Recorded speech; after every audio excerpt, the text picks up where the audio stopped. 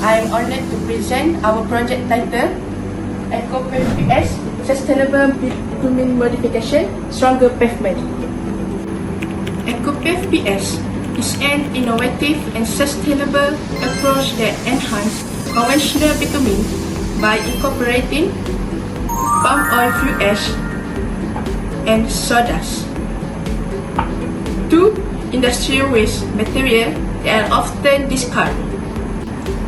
The objective of this project, number 1, to evaluate the effect of POFA and sawdust on bitumen performance. Number 2, to determine the optimum percentage of additive. And number 3, develop a more sustainable pavement material for future road construction. The main material we used in this study are bitumen grade 6070, ACW14, palm oil fuel ash, and sawdust. First, the bitumen was heated to the required temperature before adding different percentage of POFA and sawdust. The mixture was continuously stirred to ensure a uniform and homogeneous blend. Next, the modified bitumen was compacted using the Marshall compactor to produce Marshall specimen. 3 laboratory tests were then conducted to evaluate the performance of the modified bitumen.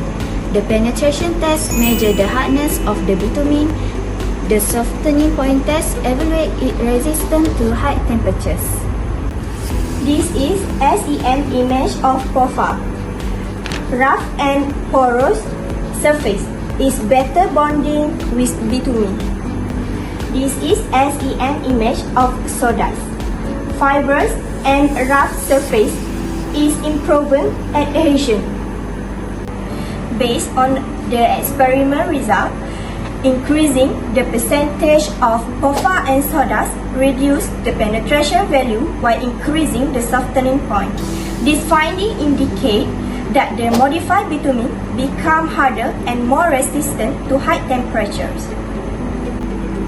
Furthermore, the Marshall stability test demonstrate that the 12% POFA and sawdust mixture achieved the highest stability value, indicating superior strength and durability compared to the other mixture. Our innovation offers several significant advantages. It improves pavement performance, extends pavement surface life, reduces industrial waste, lowers material costs, and support environmentally friendly construction practice. In addition, EcoPave-PS contributes to the United Nations Sustainable Development Goal, particularly SDG 9, Industry Innovation and Infrastructure, and SDG 12, Responsible Consumption and Production.